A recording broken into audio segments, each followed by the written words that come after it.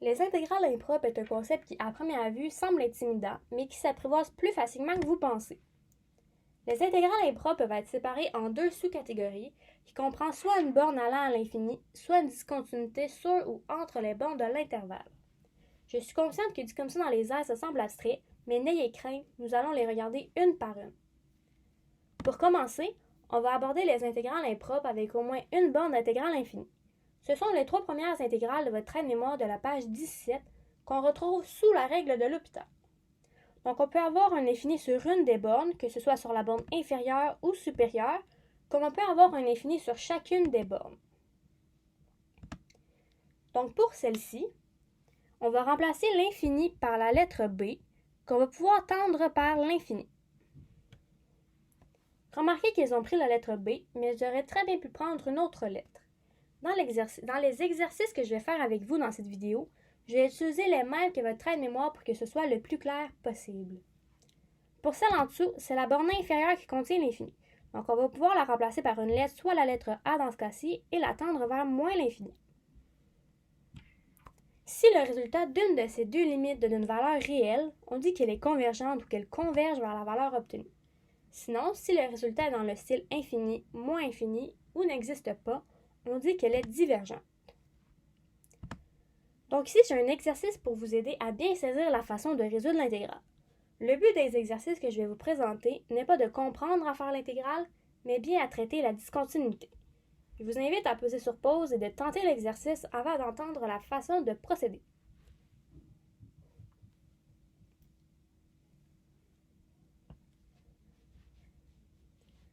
Donc ici, la première étape serait de mettre la limite, de remplacer l'infini par la lettre B, puis de tendre la limite vers l'infini. Par la suite, il y a bien évidemment plusieurs façons de procéder. Si vous êtes arrivé au même résultat que moi par un autre chemin, c'est tout aussi excellent, mais j'aime bien commencer par calculer l'intégrale séparément pour simplifier la limite. On résout de la même manière qu'à l'habitude, donc on intègre, puis on ajoute les bornes. Une fois que c'est fait, on peut traiter la limite et on obtient une valeur de 1 qui nous signale que c'est une intégrale convergente puisque c'est une valeur précise.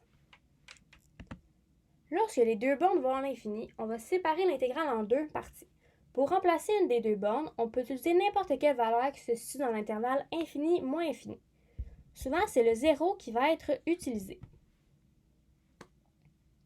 Une fois que l'intégrale est séparée en deux parties, on applique le même principe qu'avec les autres intégrales. Donc, on remplace la borne infinie par une lettre qu'on va tendre vers l'infini.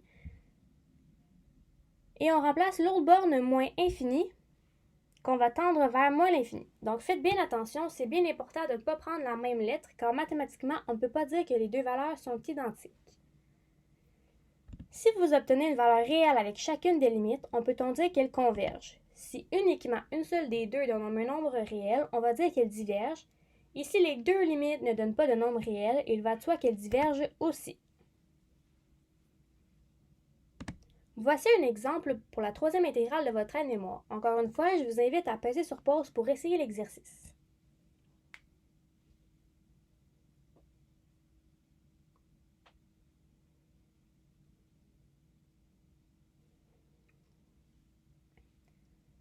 Donc, la première étape serait de séparer l'intégrale.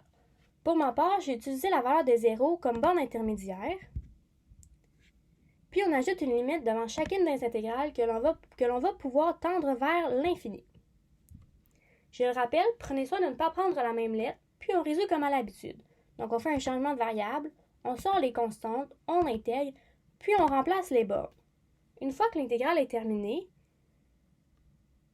on peut remplacer a par moins l'infini dans la première limite, puis b par infini dans la deuxième limite, et on obtient une valeur de 0 qui, encore une fois, est une intégrale convergente. Comme j'avais mentionné au tout début, l'autre type d'intégrale impropre est lorsque la fonction f de x amène une discontinuité dans l'intervalle de ses bornes. Avant d'apprendre ce type d'intégrale-là, toutes les intégrales que vous avez travaillées, ou du moins la plupart, étaient continues. Par contre, ce ne sera plus toujours le cas.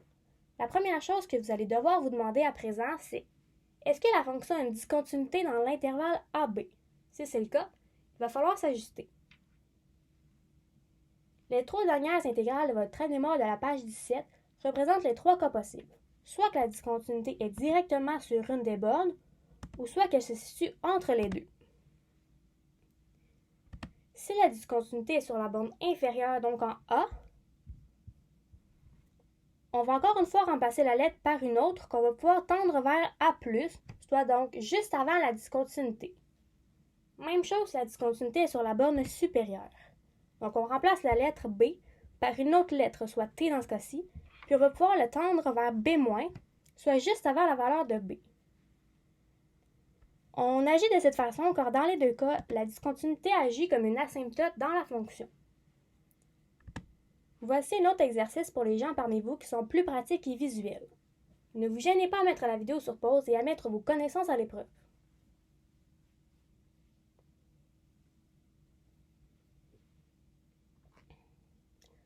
Donc la première étape est de vérifier si la fonction est continue. Bien évidemment, ce n'est pas le cas. Elle est discontinue en pi sur 2. On la traite donc comme une limite qu'on va tendre un peu avant pi sur 2, comme on le ferait avec une asymptote à ce point. On commence par résoudre l'intégrale pour simplifier la limite et on substitue la variable a par pi sur 2 pour résoudre la limite comme vous le faites habituellement. On obtient infini, ce qui permet de se dire que cette intégrale est divergente. Si la discontinuité se trouve entre a et b, on va séparer l'intégrale en deux sur la discontinuité. Donc dans cet exemple, la fonction est discontinue en c. La première intégrale se retrouve avec une discontinuité sur la borne supérieure, puis la deuxième se trouve avec une discontinuité sur la borne inférieure. Évidemment, on n'arrête pas là, car notre problème n'est pas tout à fait réglé. On se retrouve avec deux intégrales de la même forme que les intégrales précédentes, donc avec des discontinuités sur les bords. On remplace donc le c par une lettre que l'on tend vers c- pour s'arrêter juste avant c, et pour la deuxième, on remplace le c par une autre lettre que l'on tend vers c+, pour partir juste au-dessus de c. Encore une fois, je vous fais remarquer que les lettres utilisées pour remplacer le c doivent être deux lettres différentes telles que le t et le v dans cette intégrale-ci. Donc, à votre tour de jouer.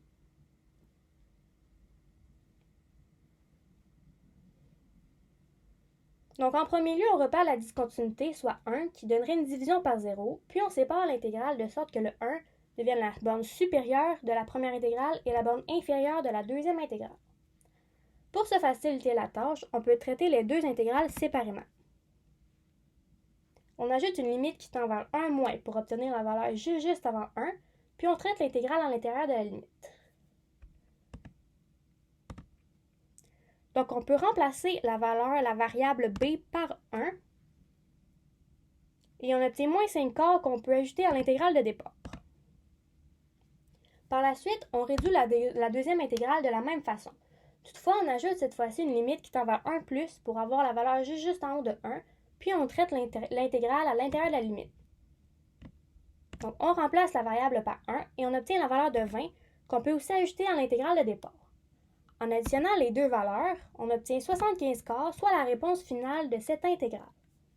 Maintenant qu'on a vu tous les types d'intégrales discontinues, je vous incite à rejouer la vidéo si jamais vous voulez refaire une révision ou si vous souhaitez revoir les explications. Puis je vous dis en bon français, on lâche pas la patate.